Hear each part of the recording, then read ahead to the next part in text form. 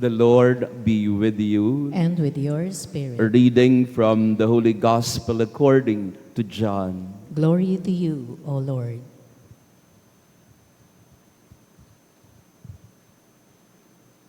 Many of the Jews had come to Martha and Mary to comfort them about their brother Lazarus who had died.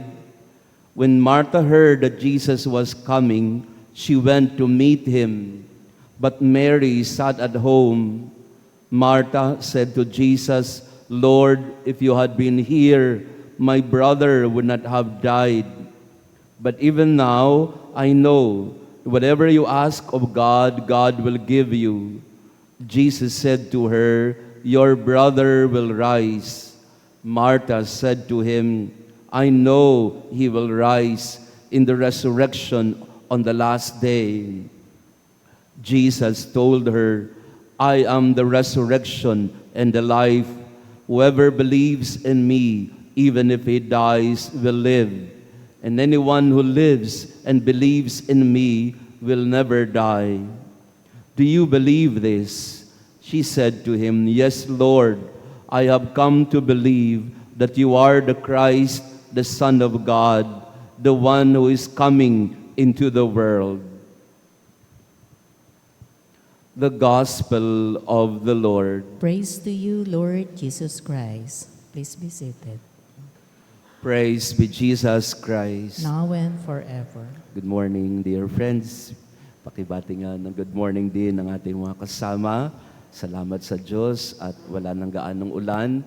At sa ating online parishioners, thank you for praying with us.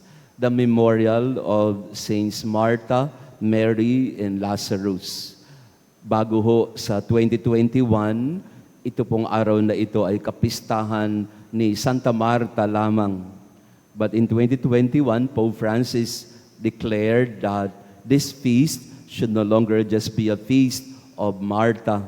Instead, it will be called the memorial of the family of Martha, Mary, and Lazarus. And rightly so, because among many saints who are declared as martyrs, bishops, pastors of the church, apostles for that matter, these three saints, ang tawag po sa kanila ay Saints Martha, Mary, and Lazarus, friends of Jesus. Hindi sila apostle, hindi sila martyr, hindi sila bishop or doctor of the church. They are called friends of Jesus. Yun ang pinakamasarap na title kung meron mang ganon. To be identified and called as friends of the Lord. And the home of Martha, Mary, and Lazarus in Bethany, we know from scriptures, was the home of Jesus.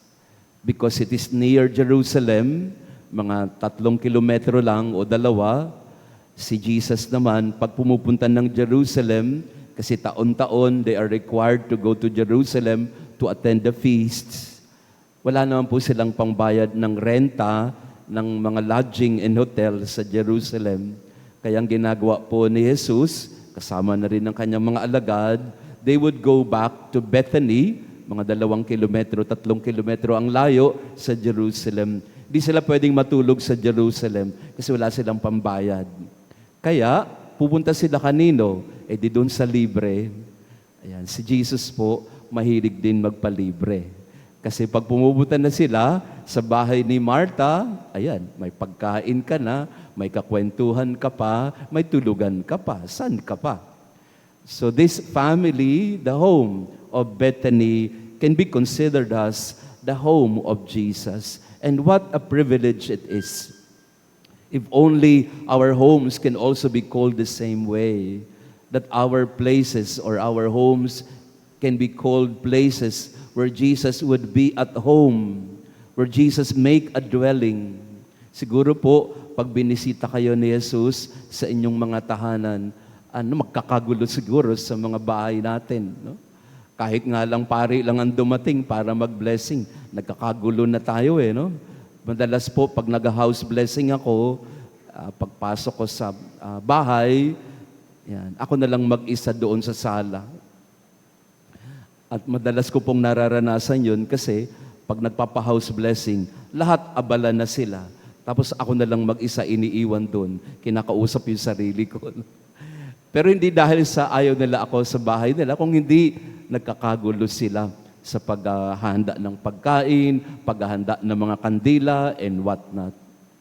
What a joy it would be if Jesus can come to our home like He did in Bethany and find lodging and friendship in our family. Friendship with Jesus. This is our aspiration. Pope Leo XIV, he would often talk about this. Being an Augustinian, he would talk oftentimes about friendship with Jesus as the foundation of Christian life. It should not be fear. Hindi dapat takot ang pakikipag-usap kay Jesus. Hindi dapat hesitation or even avoidance. When we deal with Jesus, Pope Leo XIV would say, we deal with Him as a friend. Kaibigan natin siya at kaibigan niya tayo. Kasi sa pagkakaibigan, nandun ang malalim na pagsasamahan. Nandun ang pagtitiwala. Nandun ang pagmamahalan. You would never hesitate to come to Jesus if you consider Him as your friend. You will not avoid Him or turn away from Him because He is a friend. And in fact, every day, if Jesus is a friend, we would invite Him to come to our life. We would invite Him like Martha, Mary, and Lazarus, dwell in our home, be with our family, because we are friends. Masarap hong maging kaibigan si Jesus kasi lagi mo siyang malalapitan at hindi ka niya tatalikuran. Dito po sa atin, no? I'm always amazed and inspired by the many friendships that I see. Kahapon po, I was invited over lunch. Nag-lunch po ako sa isang gathering, batch 63 ng UST High School. Lahat sila mga lola na, no? Mga 70, 79 years old na sila. But old age becomes enjoyable when you are among friends. Last Sunday, I was also invited to say a mass in a funeral mass, misa sa patay. But I never felt the loneliness or sadness in that wake. Why? Because there were so many friends that consoled their friend who lost a loved one. Nagpunta ako sa Lamay, pero ang nabungaran ko, picture taking. Puro picture taking, sabi ko, Lamay ba to? Ba't ang lahat nagpapapicture? Kasi nga, magkakaibigan. Gagaan ang problema, gagaan ang dinadala kung may kaibigang kasama. Dito sa atin, dito po, nakikita ko rito among you, so many friends. Yan si Dean Nora, ang pasimuno. Dean, happy birthday ha. Sorry ha. Na-busy ako last week. Oh. Hindi ko tuloy nabati. Batiin nga natin si Dean Nora ng happy birthday. Yeah. Happy birthday.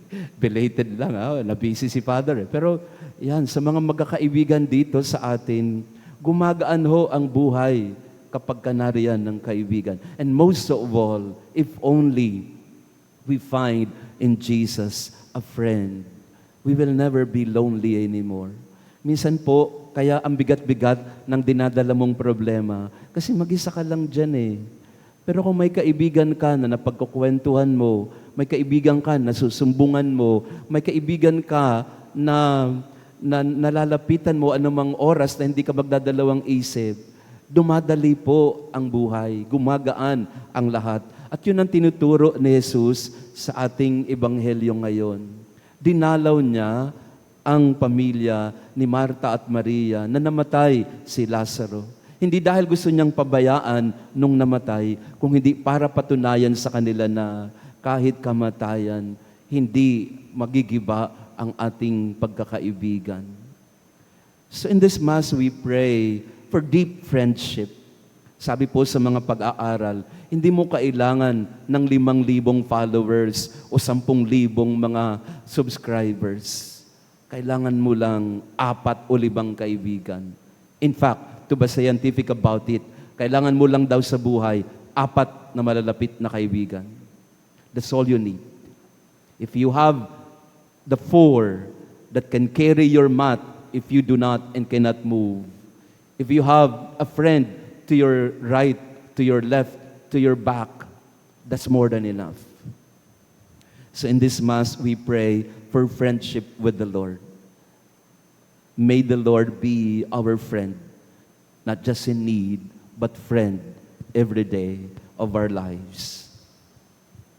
Praise be Jesus Christ. Now and forever. Maraming salamat po ulit sa inyong pagdalo sa ating misa, and to our online parishioners, thank you for praying with us. Again, friendship with Jesus. This is the foundation of our Christian life. If you want to be happy, be a friend of the Lord. Make your home a place where Jesus could be at home with you and your family. May I invite you this August 2 at 7 a.m. Si Father Momoy po Borromeo will be with us for a spiritual service or healing service after our 7 a.m. Mass. The Lord be with you. And with your spirit. And may our loving God bless you and your family, the Father, the Son, and the Holy Spirit. Amen. Our Mass has been offered. Go in peace to love and serve the Lord. Thanks be to God.